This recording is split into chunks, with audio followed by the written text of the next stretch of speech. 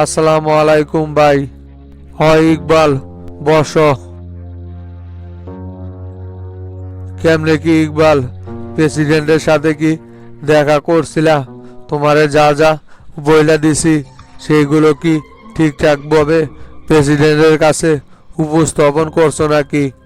হ ভাই, প্রেসিডেন্টের সাথে বলছিলাম বিষয়টা নিয়া, কিন্তু কোনো লাভ হয় নাই ওনার সাথে এই বিষয়ে আলোচনা কইরা।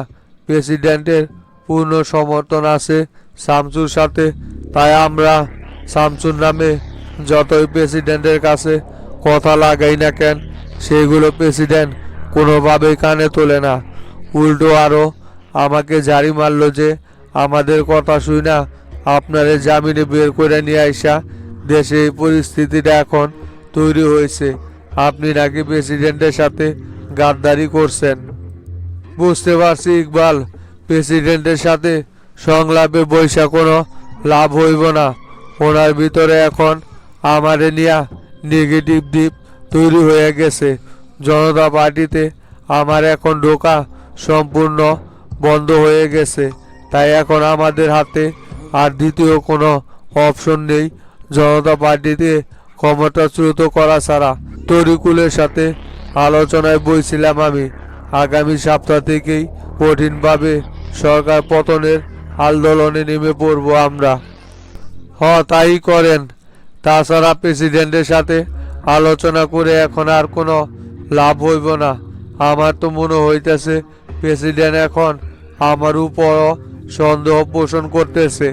এইভাবে আর কিছুদিন চলতে থাকলে আমাকেও জনতা পার্টি থেকে বের করে দেওয়া হইব। তাই যত তাড়াতাড়ি সম্ভব এই প্রেসিডেন্টকে ক্ষমতা থেকে সরাইতে হইব। শোনো ইকবাল, জনতা পার্টিতে বর্তমানে আমাদের যে কয়জন লোক আছে সবাইকে নিয়ে আমাদের মিটিংয়ে বসতে হইব।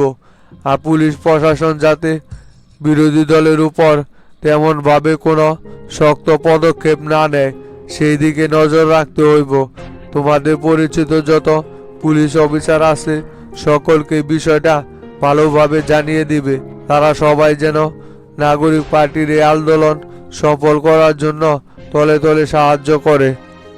যদি ভাই আগের আইজিটা থাকতো তাহলে এই কাজগুলো আমাদের করা খুবই ইজি হয়ে যাইতো, কিন্তু নতুন আইজি তো কোনোভাবেই আমাদের কথা শোনে না।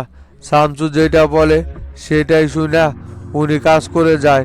তবে সমস্যা নাই, প্রশাসনের এখনো অনেক কর্মকর্তাই আমাদের পক্ষে আছে। ওদের সাথে আলোচনা করে বিষয়টা আমি দেখবনি ভাই। আচ্ছা ঠিক আছে ইকবাল, দেখো তুমি তাহলে বিষয়টা।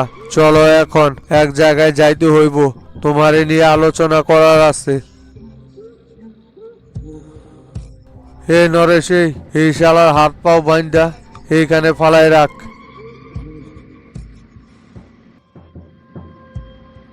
বলিস কি রে রমজান, এইসব তোর সাথে আমার কথা ছিল কি?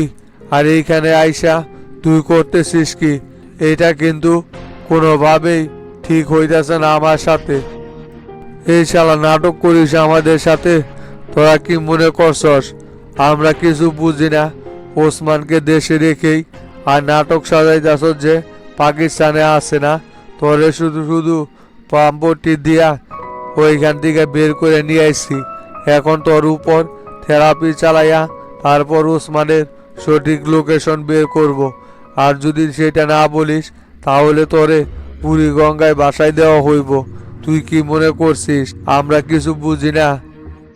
দেখ রমজান, কাজটা কিন্তু তুই মোটেও ভালো করতেছিস না। আমি কিন্তু হায়দার, কথাটা ভালো করে মনে রাখিস। এর পরিণাম তোদেরকে দিতেই হইব। এক বিন্দু পরিমাণ ছাড় পাইবি না আমার হাত থেকে। শুধু এইখান থেকে একবার বের হই, তারপর বুঝাই মুঝে আমি কি জিনিস। ওই আশাই বৈশা থাক, দেখি তোর কোন বাপ আইসা তোর এইখান থেকে ছাড়াই নিয়ে যায়। যতক্ষণ পর্যন্ত উসমানের সঠিক ঠিকানা আমাদেরকে না দিবি ততক্ষণ পর্যন্ত এইখান থেকে তোর কোনো মুক্তি নাই। দেখ রমজান, তোরা কিন্তু আমাকে ভুল বুঝতেছিস। ওসমান আসলেই পাকিস্তানে আছে। আমি যেহেতু জানি সেইটুকু তোদেরকে জানাইছি। শামসু ভাই আমার নামে অজ্ঞাত মামলাগুলো যদি তুলে নেয় তাহলে ওসমানের ঠিকানা দেওয়া আমার কাছে তেমন কোনো কঠিন কাজ না। আমি কেন কোন স্বার্থে ওসমানের ঠিকানা তোদের কাছ থেকে লুকিয়ে রাখবো? আমি যতদূর জানি সবই তোদেরকে বলছি। এখন ওসমান যদি দেশে ঢোকে তাহলে অবশ্যই তোদেরকে ওসমানের লোকেশন দিয়ে দিব। এখন আমাকে ছেড়ে দে। সেটা সময় হইলে এমনিতেই বইলা দিবি তুই কোন জায়গায় আছে। আগে শামসু ভাইকে এইখানে নিয়ে আসি, তারপর তোর বিষয়টা দেখতেছি।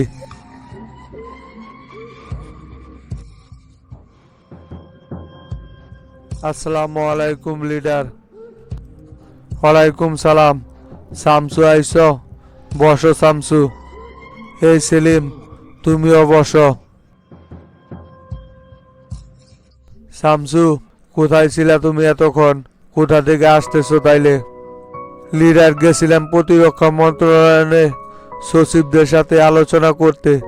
নতুন যে রাশিয়া থেকে অস্ত্রের চালানটা নিয়ে আসলাম সেটা ঠিকঠাকভাবে দেশে পৌঁছাইছে কিনা, আর সেটা দিয়ে তারা কি ধরনের পদক্ষেপ নিল সেই বিষয়ে আলোচনা করার জন্য প্রতিরক্ষা মন্ত্রণালয়ে গেছিলাম। সেখান থেকে আপনার ফোন পেয়ে সরাসরি চলে আসলাম। শামসু, এইগুলো আমি নিউজে কি দেখতেছি, জনতা পার্টির নেতা কর্মীরা তুমি শাহবাগ ঘেরাও করছ। সরকার দলে থেকে এরকম একটা কাজ করা কি ঠিক হইতেছে শামসু?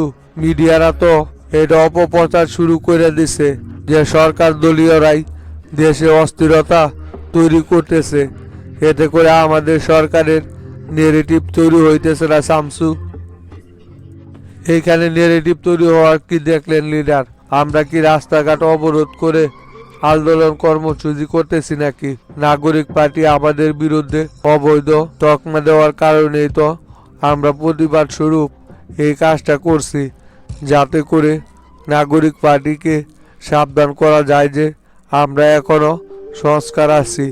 কিছু মিডিয়া এগুলোকে অন্যরকম ভাবে দেখাচ্ছে, যেটা তাদের ব্যক্তিগত স্বার্থের জন্য। তা ঠিক আছে শামসু, কিন্তু তারপরেও দলের বিভিন্ন নেতাকর্মীরা তো এইটা নিয়ে নানান রকমের প্রশ্ন করতেছে। তুমি নাকি দলের ভিতরে গ্রুপিং তৈরি করে দলের ভাবমূর্তি নষ্ট করতেছ বলে তারা ধারণা করতেছে। লিডার, এইগুলো যারা করতেছে তারা মূলত জনতা পার্টির ভালো চায় না। আপনি একটা জিনিস লক্ষ্য করে দেখবেন লিডার, যারা মোল্লার সাথে সম্পর্ক ভালো তারাই বিভিন্নভাবে আমার নামে শুধু আপনার কাছে বিভিন্ন অভিযোগ দিয়ে যায়। কোয়া দলের ভিতরে আরো অন্যান্য নেতাকর্মীরাও তো আছে, তারা তো আমাকে সবসময় সমর্থনই করতেছে। কেউ তো এটার বিষয়ে কথা বলতেছে না। শুধু মোল্লা গ্রুপের লোকজন যারা দলের ভিতরে এখনো বিভিন্ন দায়িত্বপ্রাপ্ত হয়ে আছে তারা এই বিষয়গুলো নিয়ে নেগেটিভভাবে আপনার সামনে উপস্থাপন করতেছে, কারণ তারা চাই যে জনতা পার্টি ক্ষমতায় না থাকতে পারে। তাহলে ওরা মোল্লাকে আপনার জায়গায় বসিয়ে নতুন করে রাজনীতি শুরু করতে চাইতেছে, কারণ আমি থাকাতে তো ওদের কোনো সুবিধা হচ্ছে না। লিডার, শামসুর এই কথার সাথে আমি একমত পোষণ করতেছি, কারণ আপনি লক্ষ্য করে দেখেন যে মোল্লা গ্রুপের লোকজনই শামসুর বিরুদ্ধে কথা বলে। কই এইখানে তো আরো অন্যান্য নেতাকর্মীরা আছে, তারা কিন্তু আপনার কাছে শামসুর নামে কোনো রকমের কোনো অভিযোগ দেয় না, কারণ শামসু দলের ভিতরে যারা ত্যাগী এবং মূল্যবান নেতা তাদেরকেই বিভিন্ন দায়িত্বে বসিয়েছে। আর মোল্লাকে দেখেন, ওই যখন দায়িত্বে ছিল তখন শুধু গ্রুপিং কইরাই রাজনীতি কইরা গেছে। যে মোল্লাকে পকেট ভরাইতে পারছে তার এই দলের ভিতরে মূল্যায়ন করা হয়েছে। এখন তারা কোনো মূল্যায়ন পাইতেছে না বইলাই শামসুর বিরুদ্ধে এরকম নানান রকম অভিযোগ আপনার কাছে দায়ের করে যাচ্ছে। ওই আমরা তো দিব্যি শামসুর সাথে মিলে রাজনীতি করতেছি, আপনি বলছেন তাই আমরা শামসুর নেতৃত্ব মাইনে নিছি। শোনো সেলিম, আমাকে তুমি বোকা মনে করো না। আমি যদি কিছু নাই বুঝতাম তাহলে তিনবার দেশের প্রেসিডেন্ট হিসাবে দায়িত্ব পালন করতে পারতাম না। কে কি করে না করে সব কিছুরই নজর উপর আমার আছে, কিন্তু কথাটা ভালো কইরা মনে রাখো সেলিম। তাই শামসুর নামে কে কোন ধরনের অভিযোগ দিতেছে সেটা আমি খুব ভালো করেই জানি, আর কখন কোন পদক্ষেপ কার বিরুদ্ধে নিতে হইব সেটাও আমার খুব ভালো করে জানা আছে। সেইটা লিডার আমরা খুব ভালো করে জানি, কিন্তু তবুও মাঝে মাঝে আপনার বিভিন্ন সিদ্ধান্ত নিয়ে আমাদের ভিতরে একটা ভয়ের সৃষ্টি হয়। না জানি কখন কোন বিপদ চলে আসে। এই যে মোল্লারে আপনি জামিন করে বের করে নিয়ে আসলেন, দেখলেন তো মোল্লা বের হওয়ার সাথে সাথেই দেশের ভিতরে কিরকম একটা অস্থিরতা তৈরি হয়ে গেল। অথচ এই মোল্লা যদি এখন পর্যন্ত জেলে বন্দি থাকতো তাহলে কিন্তু আজকে এই পরিবেশটা কোনোভাবে তৈরি হইতো না। শামসু, মোল্লার বিষয়টা তো আমি নিজে দেখতে চাইছি, ওইটা নিয়ে তোমাদের মাথা ঘামাইতে হইব না। মোল্লা যদি এই আন্দোলনের সাথে কোনোভাবে জড়িত থাকে অবশ্যই ওকে এর শাস্তি পেতে হইব। একবার যেহেতু ওকে জেলে ঢুকাইতে পারছি, আবার ওকে জেলে থেকে বের করতেও পারছি, আবার ওকে জেলে ঢুকানো কোনো ব্যাপার না আমার কাছে। কথাটা মনে রাখো। মোল্লার উপর আমি বিশেষভাবে নজর রাখছি। মোল্লা কি করতেছে না করতেছে সব কিছুই আমার নজরে আছে। তরিকুলের সাথে মিলে যদি ওই দেশকে আবারও একটা অস্থিরতার দিকে নিয়ে যেতে চায়, অবশ্যই এর জন্য কড়া মূল্য দিতে হইব মোল্লাকে। লিডার, যা করার তাড়াতাড়ি আমাদের করতে হইব। এখন যদি ডিসিশন নিতে আমরা কোনোভাবে ভুল করে ফেলি তাহলে কিন্তু সামনে আমাদের জন্য অনেক বড় একটা বিপদের আশঙ্কা করতেছি আমি। নাগরিক পার্টিকে কোনোভাবেই আন্দোলনে নামতে দেওয়া যাইব না। যদি ওরা একবার আন্দোলনে নেমে পড়ে ওদের সাথে তখন মোল্লা গ্রুপও তলে তলে কাজ করবে। তখন এই আন্দোলন দমন করা কিন্তু আমাদের জন্য কষ্টসাধ্য ব্যাপার হয়ে দাঁড়াইব। তাই যত তাড়াতাড়ি সম্ভব আমাদেরকে এই বিষয়ে পদক্ষেপ নেওয়া খুবই জরুরি। তা তো অবশ্যই শামসু, সেই বিষয় নিয়ে আমি চিন্তা ভাবনা করতেছি। মোল্লারে আজকে ডাকছিলাম, কড়া ভাষায় ওরে বইলা দিছি ওই যদি কোনোভাবে তরিকুলের সাথে মিলে দেশে অস্থিরতা তৈরি করতে চায় এর জবাব ওকে কঠিনভাবে দিতে হইব। দেখি না মোল্লা কি করে বিষয়টা নিয়ে। আর আমি চাইতেছি তরিকুলের সাথে একটা মিটিং করার জন্য। দেখি ওর সাথে আলোচনা কইরা ওই দেশের ভিতরে কি এমন অস্থিরতা তৈরি করতে চায়। আমরা তো গণতান্ত্রিকভাবে ক্ষমতায় এসেছি, তাহলে মেয়াদ শেষ না হতেই ওরা কিভাবে সরকার পতনের আন্দোলন করতে চায়। ওদের সাথে সংলাপে বসে কোনো লাভ হইব না লিডার। এতে করে আমাদের সরকারের আরো দুর্বলতা ওদের কাছে ফুটে উঠবে। তখন ওরা আরো জোরালোভাবে আন্দোলন করার ডাক দিবে। কারণ তরিকুলের পিছনে বুদ্ধি দেওয়ার জন্য তো মোল্লা রয়েছেই। তাই ওদের সাথে সংলাপে না বসে আমি বলি কি পুলিশ দিয়ে তরিকুলকে গ্রেপ্তার করা হোক, তাহলে আপাতত আন্দোলনটা স্থগিত থাকবে। না না শামসু, চাইলেই কি সেইটা করা সম্ভব নাকি? তরিকুল হচ্ছে প্রধান বিরোধী দল, সংসদে এটা নিয়ে আলোচনা হইব না। ওরে চাইলেই কি আমরা গ্রেপ্তার করতে পারি? দেখি আগে ওর সাথে সমালোচনাটা করে, তারপর যদি কথা না শুনে উপযুক্ত প্রমাণ সহকারে তরিকুলকে গ্রেপ্তার করতে হইব। নইলে মিডিয়াতে এটা নিয়ে একটা অস্থিরতা তৈরি হইব। এইদিকে আবার বিদেশি চাপও আইসা পড়ব আমাদের উপর যে আমরা দমন পীড়ন করে রেখেছি বিরোধী দলকে। তাই বিরোধী দলের সভাপতিকে এত তাড়াতাড়ি গ্রেপ্তার করা যায় না শামসু। শামসু, লিডার ঠিক কথাই বলছে। আমরা চাইলেও তরিকুলকে উপযুক্ত প্রমাণ ছাড়া গ্রেপ্তার করতে পারি না। এতে করে দেশ এবং দেশের বাইরে থেকে আমাদের সরকারের উপর বিভিন্ন রকমের চাপ তৈরি হইব যে আমরা বিরোধী দলকে দমন করে রেখেছি, তাই উপযুক্ত প্রমাণ ছাড়া ওকে কোনোভাবেই গ্রেপ্তার করা যাইবে না এই মুহূর্তে। তাই বলে কি সেলিম ভাই, তরিকুল একের পর এক দেশে অরাজকতা তৈরি করে যাইব আর আমরা চুপচাপ হাত পা গুটাইয়া বসে থাকবো? ওরে যদি গ্রেপ্তার করতে না পারি তাহলে আমার কাছে ওরে ধরার মতো বুদ্ধিও আছে। ওই যেরকম দেশের ক্ষতি করে যাইতেছে ওপেনে, ওরে উচিত শিক্ষা দেওয়ার জন্য আমাদেরকে তাহলে অন্য পন্থা ব্যবস্থা করতে হইব। লিডার, বিষয়টা আপনি আমার উপর ছেড়ে দেন, আমি দেখতেছি কি করা যায়। না না শামসু, এখন তোমার মাথা গরম করে কোনো সিদ্ধান্ত নেওয়ার প্রয়োজন নেই। বিষয়টা আমি দেখতেছি কি করা যায়। তরিকুলকে তো আর এমনি এমনি ছেড়ে দিব না। ওর বিরুদ্ধে আমরা অবশ্যই ব্যবস্থা নিব, কিন্তু সেটা মাথা গরম করে নেওয়া যাইব না শামসু। প্ল্যান করে আমাদের ব্যবস্থা নিতে হইব। বিরোধী দলেরা তো আমাদের উপর বিভিন্ন রকমের চাপ প্রয়োগ করবেই, তাই বলে কি আমরা হতাশ হয়ে যাইব নাকি? আমরা যখন বিরোধী দলে ছিলাম তখন তো ওদেরকে আন্দোলনের মাধ্যমেই ক্ষমতাচ্যুত করেছি, তাই ওরাও তো চাইব এখন আমাদেরকে আন্দোলন করে কোণঠাসা করার জন্য। আচ্ছা লিডার, ঠিক আছে, আপনি দেখতে থাকেন কি করা যায়। তবে এমন সময় এমন পদক্ষেপ নিয়েন না যে যাতে করে আমাদেরকে এটা নিয়ে পরে অনেক বড় মূল্য দিতে হয়। তাই যা করার আগে থেকেই কইরা রাখেন। আর যদি কোনো জায়গায় কোনো সমস্যা হয় আমি তো আছি লিডার। এই সমস্ত আন্দোলন কিভাবে দমন করতে হয় সেটা আমার খুব ভালো করে জানা আছে। এখন তাহলে উঠলাম লিডার, আসসালামু আলাইকুম। হাবিব ভাই, এখন তাহলে কেমন ফিল করতেছেন?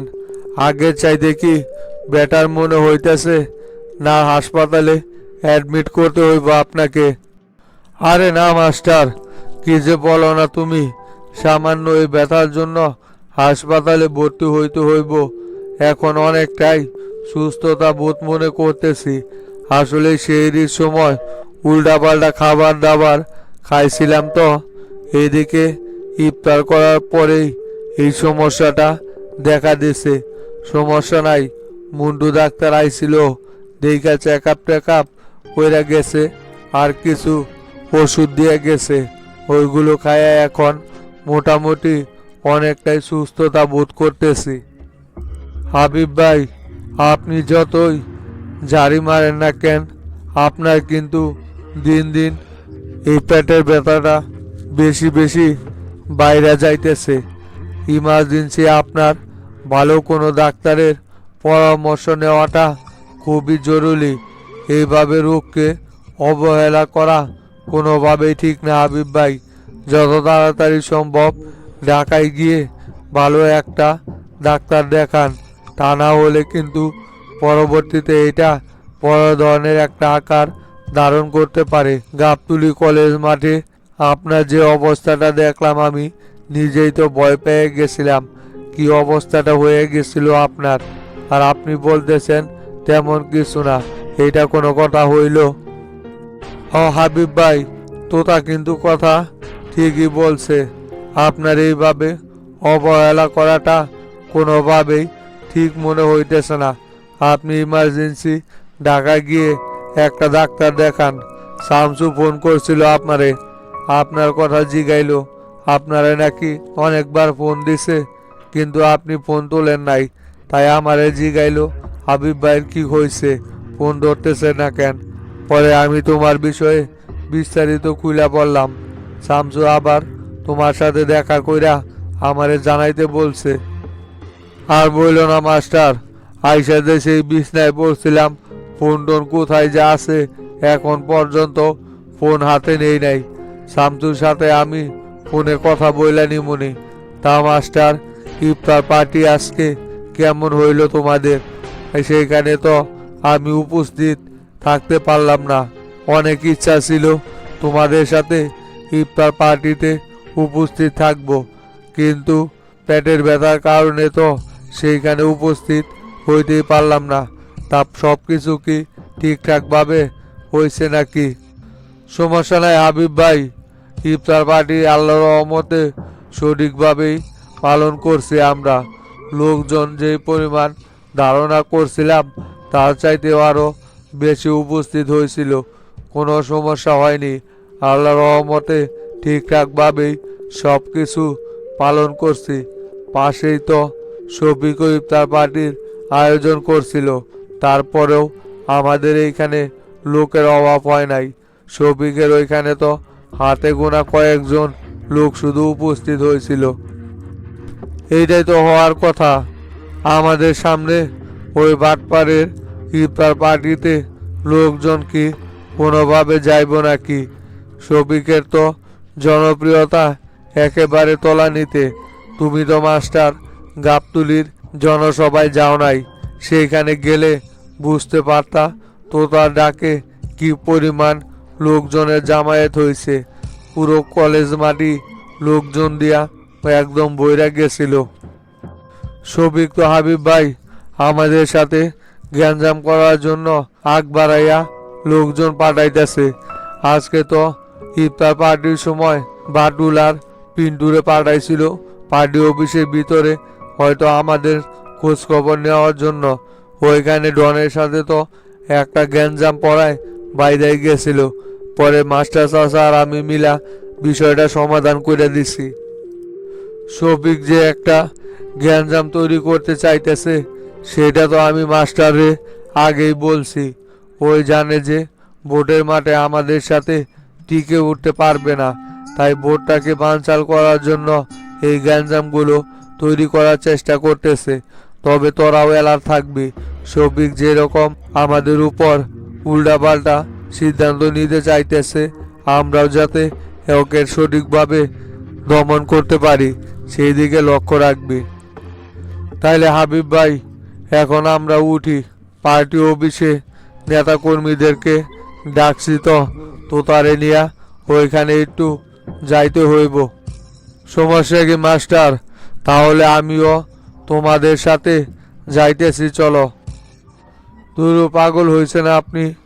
আপনার এই শরীরে এখন মিটিংয়ে যাইতে হইব তাই না? আগে আপনি সুস্থ হন, তারপর আমাদের সাথে অ্যাটেন্ড করেননি। আসসালামু আলাইকুম চাচা। কিরে পিন্টু বসেক, কেমনি কে চাচা? বাটুল ভাই কই? বাটুল ভাইকে তো দেখতেছি না। কোনো জায়গায় পাঠাইছেন নাকি বাটুল ভাইকে?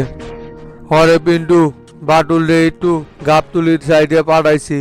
ওইখানে নেতা কর্মীদের সাথে আলোচনা করার জন্য বাটুল রে পাঠাইছি। চাচা, ডনের সম্পর্কে যা যা শুনছিলাম বাটুল ভাইয়ের কাছে, কালকে তো সবই প্রমাণ হয়ে গেল। ডন নাকি পার্টি অফিসে বাটুল ভাইয়ের সাথে খারাপ ব্যবহার করছে। আমি একটু বাইরে ছিলাম তো তাই জানতে পারি নাই।